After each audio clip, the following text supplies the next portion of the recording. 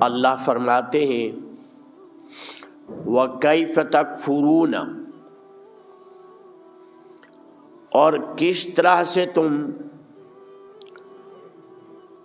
اللہ کی ذات کا انکار کرتے ہو،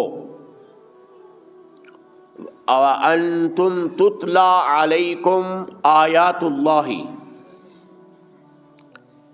حالانکہ تم پر اللہ تعالیٰ کی آیات تلاوت کی جاتی ہیں، پڑھی جاتی ہیں، وَفِيكُمْ رَسُولُ، اور تمہارے اندر اس کا رسول صلی اللہ علیہ وسلم بھی موجود ہے، وَمَن يَعْتَصِم بِاللَّهِ، اور جس نے اللہ ذوالجلال والاکرام کو مضبوطی سے پکڑ لیا، یعنی اللہ کے دین کو، اللہ کی کتاب کو مضبوطی سے تھام لیا، پکڑ لیا، فقد ہدی الی صراط مستقیم، اور یقیناً اس کو سیدھے راستے کی ہدایت دے دی گئی۔ پھر فرمایا یا ایھا الذین آمنوا اتقوا اللہ حق تقاتہ، اے ایمان والو اللہ سے ڈرو جیسے اس سے ڈرنے کا حق ہے، ولا تموتن الا وانتم مسلمون، اور ہرگز تمہیں موت نہ آئے مگر اس حال میں کہ تم مسلمان ہو۔ اللہ کے حبیب صلی اللہ علیہ وسلم کے ارشاد کا ترجمہ، آپ نے ارشاد فرمایا ترکت فیکم امرین، میں نے اپنی امت میں دو چیزیں چھوڑی ہیں، اور کہیں فرمایا شیئین، کہیں فرمایا ثقلین، دو مضبوط چیزیں چھوڑی ہیں، ما تمسکتم بہما لن تضلوا، جب تک تم ان دونوں چیزوں کو مضبوطی سے پکڑ رکھو گے۔ تمسک کے معنی آتے ہیں کسی چیز کو مضبوطی سے پکڑنا، تو ما تمسکتم بہما، جب تک تم ان دونوں چیزوں کو مضبوطی سے پکڑ رکھو گے، یعنی ان دونوں چیزوں پر عمل کرتے رہو گے، لن تضلوا، ہرگز تم گمراہ نہیں ہوگے، گمراہی تمہارے قریب نہیں آئے گی، لیکن تمہارے پاس اللہ کی کتاب بھی ہے، تمہارے پاس اللہ کے رسول صلی اللہ علیہ وسلم کی سنت بھی ہے۔ پھر ارشاد فرمایا کتاب اللہ و سنتی، وہ دو چیزیں جو میں نے تمہارے درمیان چھوڑی ہیں وہ اللہ کی کتاب قرآن مجید ہے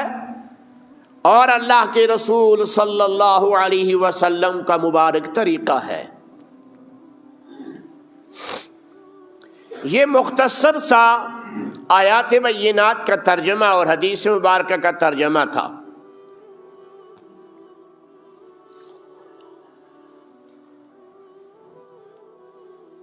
مدینہ کے اندر یہود رہا کرتے تھے، اور یہود کے دو قبیلے تھے مشہور و معروف، ایک کا نام اوس اور دوسرے کا نام خزرج تھا، بعض روایت میں خزرج بھی آتا ہے لیکن خزرج صحیح لفظ ہے، اوس اور خزرج، یہ دونوں قبائل آپس میں لڑتے رہا کرتے تھے، حتیٰ کہ ایک تاریخی جنگ ان کے متعلق مشہور ہے جسے جنگ بعاث کہا جاتا ہے۔ ہمارے مشہور مفسر قرآن مفتی فیض الوحید صاحب نور اللہ مرقدہ نے لکھا کہ جنگ بعاث 120 سال تک چلی ہے۔ جو 120 سال تک جنگ چلی ہو اس سے کتنی بڑی تباہی ہوئی ہوگی اور کتنی بڑی بربادی پھیلی ہوگی ملک کے اندر. تو یہ یہودیوں کا یہ پرانا سسٹم ہے کہ اس قوم کے اندر بہت زیادہ حسد و بغض کی آگ بھڑکتی رہتی ہے.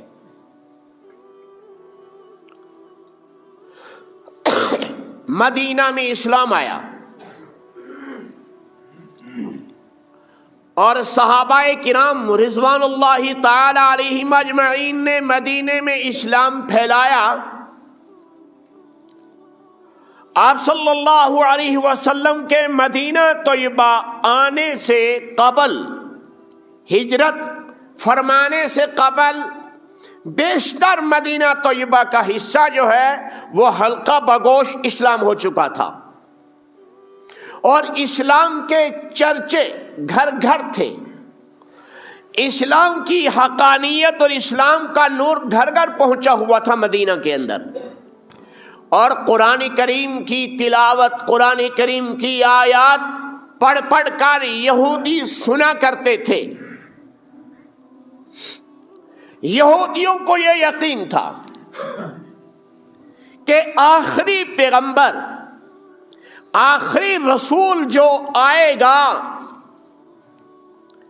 جن کے آنے سے دنیا میں امن آئے گا، چین آئے گا، راحت و سکون آئے گا، اسلام دوبارہ زندہ ہوگا، وہ پیغمبر آنے والا ہے. اور یہودیوں کا نظریہ تھا کہ ہم میں سے آئے گا. لیکن قرآن کریم نے بھی ایک جگہ اشارہ فرمایا ہے، احادیث میں بھی تذکرہ آیا کہ بنی اسرائیل کے پیدر پہ گناہوں کی وجہ سے، بنی اسرائیل کے پیدر پہ جرائم کی وجہ سے اللہ نے یہ نعمت چھین لی کہ نبوت اب تمہارے درمیان نہیں رہے گی. نبوت کے لیے آخری نبی اور رسول صلی اللہ علیہ وسلم کی بعثت کے لیے اللہ ذوالجلال والاکرام نے انتخاب فرمایا خاندان ہاشمی کو. اور مکہ میں حضور علیہ الصلوۃ والسلام تشریف لائے، پیدا ہوئے. مکہ ہی میں آپ صلی اللہ علیہ وسلم نے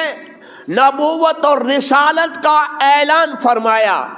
40 سال کچھ ماہ کے بعد اللہ کی جانب سے اعلان ہوا، اے میرے نبی صلی اللہ علیہ وسلم، اب آپ اعلان فرما دیجئے کہ میں تمام کائنات عالم کی طرف اللہ کا رسول بھیجا گیا ہوں، اللہ کا پیغمبر بنا کر بھیجا گیا ہوں، اللہ کا نبی بنا کر بھیجا گیا ہوں. قل یا ایھا الناس انی رسول اللہ الیکم جمیعا وما ارسلناک الا کافۃ للناس بشیرا ونذیرا. ہم نے تو آپ کو تمام دنیا کے لوگوں کے لیے بشیر اور نذیر بنا کر بھیجا ہے، ڈرانے والا بنا کر بھیجا ہے، بشارتیں دینے والا بنا کر بھیجا ہے. تو یہ نبی صلی اللہ علیہ وسلم کی جب بعثت ہوئی تو یہودیوں کی آگ بھڑک اٹھی کہ ہم میں یہ نبی کیوں نہیں آیا، یہ نبی قریش خاندان اور ہاشمی خاندان سے کیوں آ گیا، یہ نبی مکہ میں کیوں آیا، یہ نبی ہمارے خاندان میں اور ہمارے قبیلے میں سے کیوں نہیں آیا. تورات کے اندر حضور علیہ السلام کے اوصاف اس وقت بھی موجود تھے، آج بھی موجود ہیں. تورات کے اندر آپ صلی اللہ علیہ وسلم کے والد مکرم کا نام موجود، آپ کے خاندان کا نام موجود، آپ کی والدہ محترمہ کا نام موجود، آپ کا وہ نام مبارک جو زمین پہ آپ کے دادا عبد المطلب نے رکھا، محمد، وہ بھی موجود، آپ کا وہ نام مبارک جو آسمانوں کی بلندیوں پر اللہ ذوالجلال والاکرام نے احمد رکھا، اور جس کی بشارت جو ہے سیدنا عیسیٰ علیہ السلام نے دی ہے۔ وَإِذْ قَالَ عِيسَى ابْنُ مَرْيَمَ يَا بَنِي إِسْرَائِيلَ إِنِّي رَسُولُ اللَّهِ إِلَيْكُمْ مُصَدِّقًا لِمَا بَيْنَ يَدَيَّ مِنَ التَّوْرَاةِ وَمُبَشِّرًا بِرَسُولٍ يَأْتِي مِن بَعْدِي اسْمُهُ أَحْمَدُ۔ وہ وقت یاد کرو کہ عیسیٰ علیہ السلام نے بھی بنی اسرائیل سے کہا تھا میں تمہیں ایک پیغمبر کی بشارت دینے جا رہا ہوں، میں خود بھی اللہ کی جانب سے رسول ہوں، اور تمہارے پاس جو تورات ہے، تمہارے پاس جو زبور ہے، اس کی تصدیق کرنے والا ہوں، اور اس کے ساتھ ساتھ ایک خصوصی بات کہنے جا رہا ہوں کہ وَمُبَشِّرًا بِرَسُولٍ يَأْتِي مِن بَعْدِ اسْمُهُ أَحْمَدُ، میرے بعد ایک پیغمبر آئے گا، میرے بعد ایک رسول آئے گا،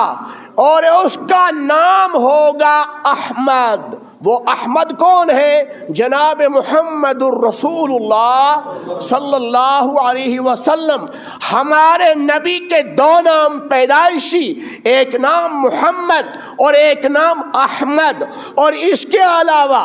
آپ صلی اللہ علیہ وسلم کے اسماء مبارکہ احادیث کے اندر کم از کم، اور دوسری کتب کے اندر مولانا محمد موسیٰ روحانی بازی رحمہ اللہ نے ان ناموں کا انتخاب کیا اور تلاش کیا، اور ان ناموں کے متعلق درود پاک بنائے ہیں۔ 850 سے زیادہ اسماء گرامی آپ صلی اللہ علیہ وسلم کے کتابوں کے اندر سے نکالے ہیں، اور آپ صلی اللہ علیہ وسلم کے اسماء گرامی کو شمار کیا ہے کہ کم از کم آپ صلی اللہ علیہ وسلم کے اسماء گرامی جو صفاتی نام ہیں، ان صفاتی نام کی چھوٹی سی تعداد موجود ہے، وہ 850 کے قریب ہے۔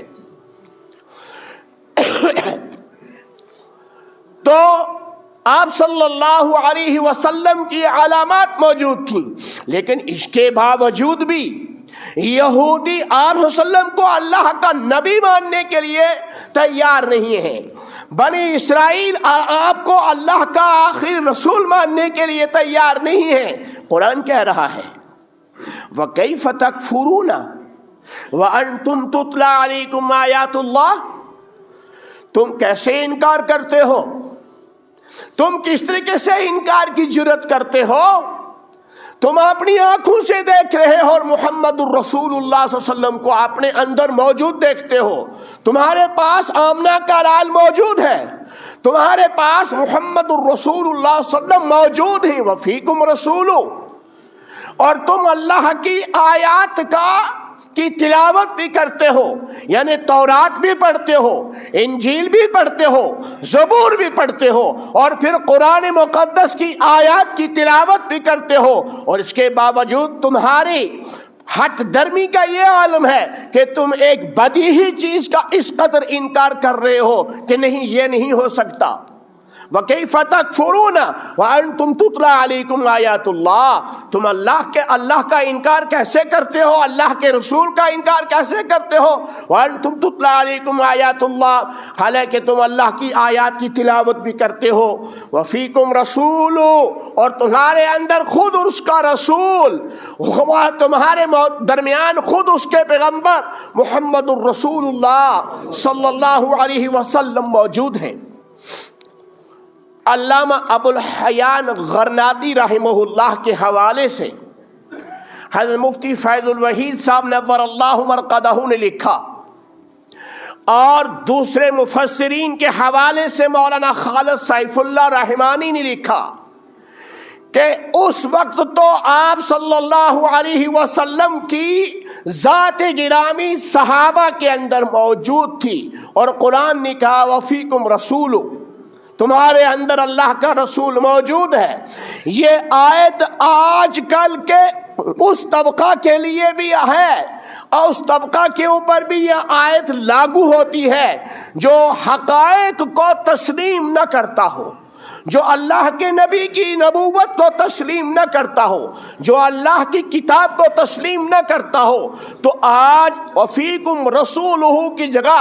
بحر محیط کے اندر یہ لکھا کہ آپ صلی اللہ علیہ وسلم کا لایا ہوا دین،